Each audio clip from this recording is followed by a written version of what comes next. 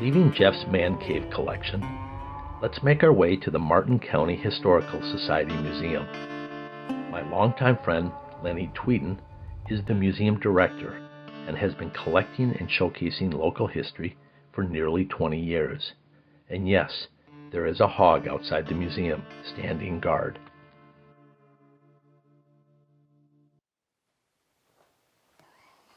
Hey, Doug, good to see you. Welcome to the museum. Lenny, it's been a long time. Been a few years, yeah. Lenny, I was in town today. I ran into your friend Jeff. Oh, sure. And I looked at his collection over there.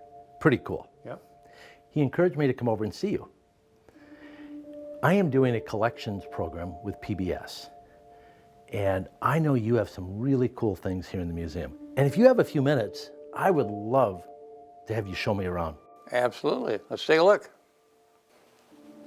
Doug, there's a lot of things here. We could never take it all in one day, but I'd like to show you a couple of my favorites. Back in 1994, Paul and Linda McCartney were in Fairmont. Linda was a vegetarian, Paul was as well, and she had a vegetarian food line that she wanted a company to produce for them, and they chose Fairmont Foods here in Fairmont. It only lasted about 2 years. Okay. Martin County is one of the biggest hog producing counties in the state. Consequently, vegetarians, probably not too many of them around. Little conflict of interest. A little conflict there. Yeah. It's history. It's not ancient history, of course, but it's history dating back to about 1994. Let's go downstairs. There's some really neat things to look at down here. And by the way, you're in luck because Rhonda is here. She's on our board. And she has a kind of a family collection that I think you'll find really interesting. We're down in the basement at the Martin County Museum, Martin County Historical Society, and there is a display of eggs that my uncle has collected over the years.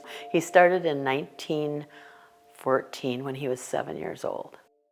And he wanted to start collecting them, and his dad said, well, you can, but you only can take one egg out of a nest at a time and be very careful not to destroy anything or hurt the nest. And so that was the beginning of his egg collecting. So in order to collect the eggs, he had to know what bird he was following. So he knew how to identify them, he knew what they sounded like, and he could tell a bird by its flight pattern. Doug, I'd like you to take a look at this. This is really a unique piece. It's a 1912 Wagner motorcycle. We acquired it in 1969. The Wagner Motorcycle Company is an offshoot of the Wagner Bicycle Company out of St. Paul. It's really a unique piece, and people are really interested when they see it. Okay, we got some historic bicycles here too. This one was ridden by a man named Sam Stark. He rode it to Illinois from Martin County. That'd be quite a drive. It's got wooden rims. One over here is a tandem, again with wooden rims. It was in the parade in Fairmont, the Diamond Jubilee Parade. And over here is what's called a bone shaker with the horn here. And again, kind of a unique piece, and I'm not sure it would be the most comfortable to ride very long.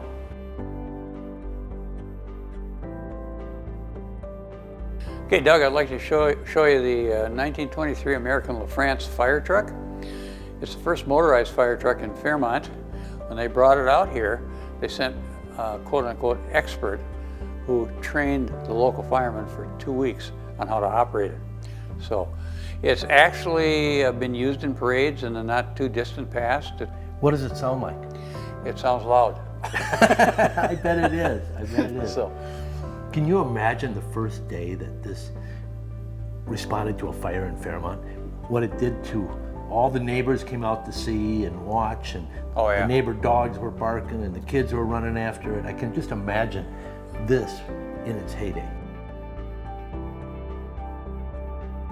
this is another unique piece. It's called an iron lung. Back in the 40s and 50s, people that had polio, many of them, if it attacked their lungs, they had to be in an iron lung in order to help them breathe. How long do you think they had to spend in here?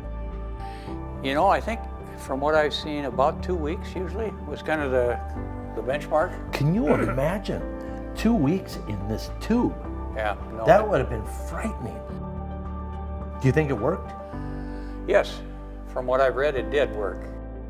Well, Doug, we've seen a lot of things today, but we have a whole lot more. So I'd like to invite you to come back when you have a little more time, and we can tour the rest of the museum and see some of the things you missed. Lenny, I would love that. Thank you, my friend. Sounds good.